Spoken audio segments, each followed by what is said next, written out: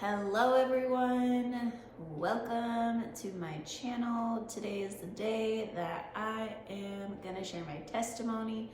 So grab some coffee or tea, whatever you like to drink, and come and sit with me as I share my testimony. Let's get started. So my parents, one of my parents was a believer, believed in Jesus, would tell us about Jesus. My other parent wasn't fully surrendered and wouldn't talk about Jesus very much to us. There's also a lot of anger in our household, so there's a lot of tension. I remember at a young age, I was starting to feel depression and anxiety. When we lived in a trailer park, I had a friend.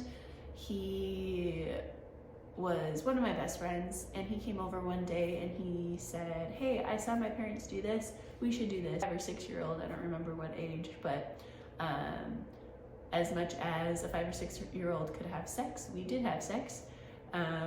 That is where lust really started, and from that into masturbation when I was young, and I also was having times of cutting myself. Through that, I was feeling like everything that was happening in my life, that I couldn't control it, and I was feeling so numb, and I really put everything on myself, blaming myself for everything that was going on in my life. Even when I was younger, how I would discipline myself was to cut, and also because I felt like I need to feel something, I also cut. And that went on for a couple years. I probably stopped. I'm kind of horrible at ages of when things stopped and when things started. It was probably maybe around 14 is when I stopped cutting. Through my teenage years, I was part of a Methodist church that I was very involved in. I was part of the youth youth ministry. I would go on mission trips. And I remember when I was 15 or 16, my friend and I went to this youth conference, and at that time, I didn't know what happened, neither did she, but we felt, now I know, but we felt the presence of God. But when I didn't know that, no one was really there to like mentor us and talk to us about it. Both of us started questioning everything. And in that time, I didn't really dig deep into any Bible, or I didn't dig deep into God. I kind of just let it be and just allow my beliefs be my beliefs, which was that if I get baptized, then I will be able to go up to heaven.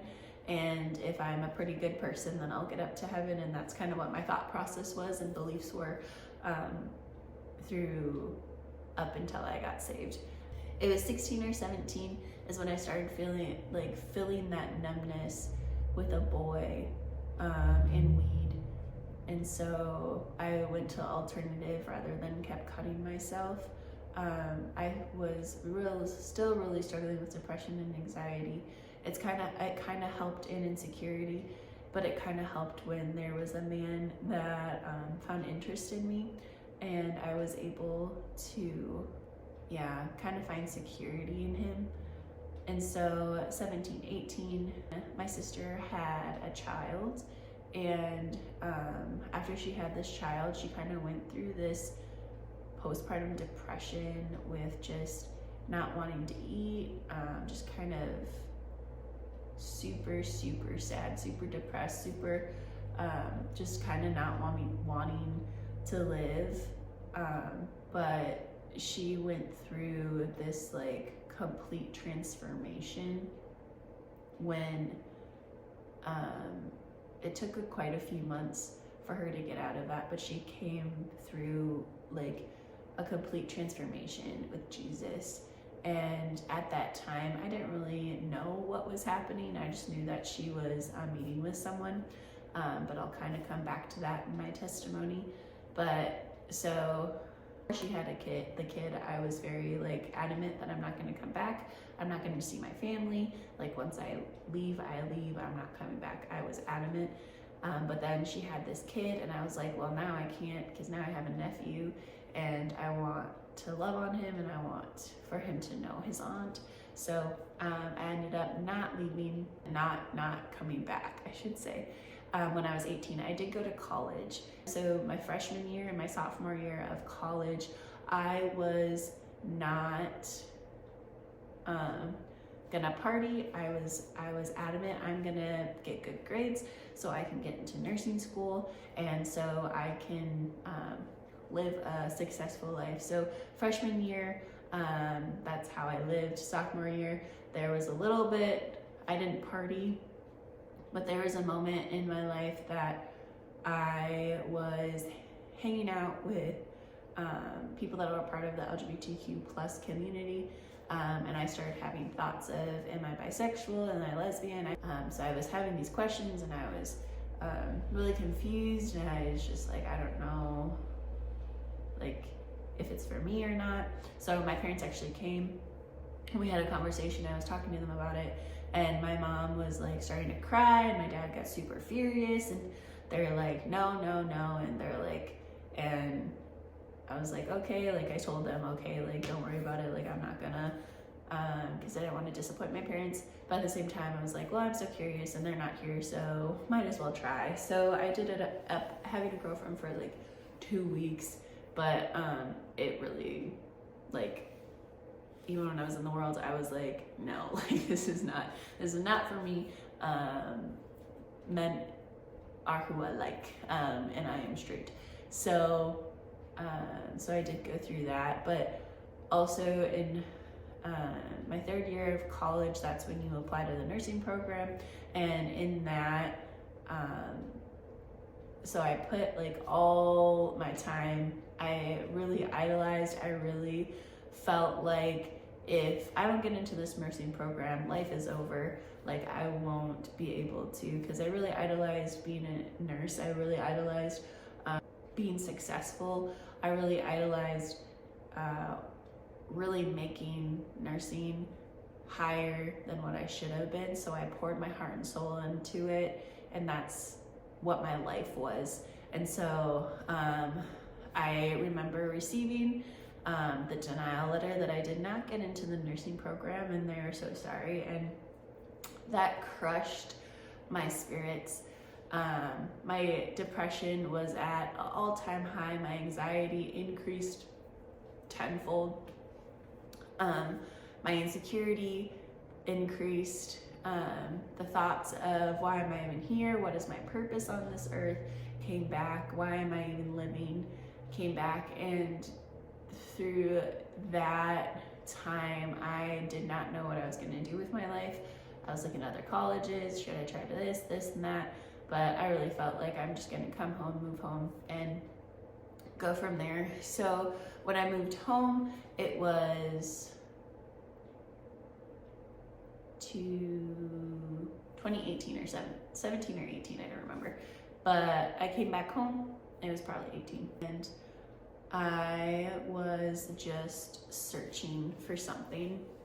Kind of what I referenced earlier of my sister going through that super postpartum depression, super sad, super depressed, and not wanting to live. And I felt like what she looked like to me.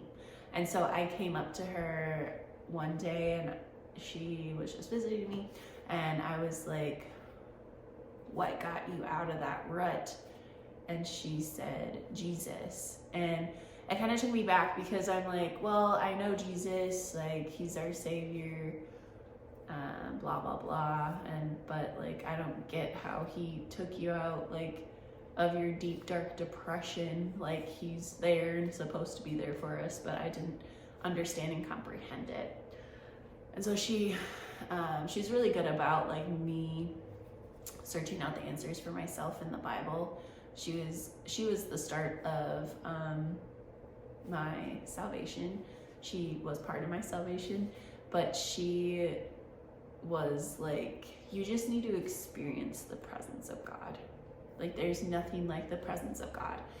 And I was like, okay, anything. I am so fed up feeling like this. I'm so fed up feeling this hole in my heart. I'm so fed up of not feeling good enough. And I just want to know, like, why I'm here on this earth. And so I was like, okay, how in the world do you get the presence of God? And she says, just ask. And so one day in my room, I said, okay, I'm here. Lord, show up, pretty much. And now I know that he did show up in that moment, but I did not feel him in that moment. So I got super, super frustrated. I was like, okay, Lord, like, I don't even know if you're real anymore and you're not showing up. Okay. During the time when I did move back home, I was going to a church with my friend, my bestie, and her family. And so after that time in my room, I went back to church. I went back to the church and I went to it. I showed up, I sat down, and I was literally like, I don't even know why I'm here. I don't even know why I showed up. Like, I don't even know if this God is real. I don't know if Jesus is real. And so I'm like sitting there, and I don't remember what the pastor said. I have no idea. I don't remember. But I remember a moment when there was just a time that the hole in my heart that I felt, there was in that moment, my heart filled up and the presence of God came on me, and I just started bawling, and I had no clue what was going on. I had no clue how and what happened. I don't know what's happening. I don't know why I'm crying. I don't know why. I just feel like I'm filled. And my best friend's stepdad is sitting right next to me, and I'm like bawling, and here's me just trying to have like a casual conversation, like, hey, what's up?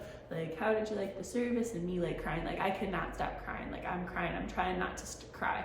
And he's just like going along with my casual conversation until I'm like, I literally don't know what's going on with me. And he says, that's God touching you. And I literally just started bawling more, and it was just such a precious moment. I never felt that much peace and before that. I never felt whole like that before, whole as in complete. I felt that hole in my heart be filled in that moment. And from that moment, I said, okay, Jesus, whatever you want, I surrender. Whatever this means, I surrender. Jesus is the one who can give you peace that surpasses all understanding. Jesus is the one who can take all the sadness away. Jesus is the one who can truly save you from any turmoil. Jesus is the one who took everything to the cross. He took every sin that I did, he took to the cross, and that I don't need to bear it anymore because God forgave me. He is the ultimate. He is the ultimate. If you feel like there's something that you can't get away from, if you feel like there's a hole in your heart, God wants to fill it. He's the only thing that can fill it. For my testimony, I was trying to fill that hole with sex, with weed, with alcohol, with nursing, with my job, with anything else, but it always came back empty. I always came back empty. But ever since I met Jesus, ever since I got the revelation that Jesus is real, I have complete, true joy. I am set free from lust. I am set free from depression and anxiety. I no longer struggle with that. Jesus is the one who is the only person, the only one who can set us free completely. And he wants a relationship with you. And it's not religion, it's a relationship. A relationship means that you surrender fully to him, that you spend time with him in the word, that you get to know him, and he wants to get to know you. He loves you so much. And thank you so much for watching my testimony. I pray that it blessed you. I love you all. Thank you for watching, and I will see you next time.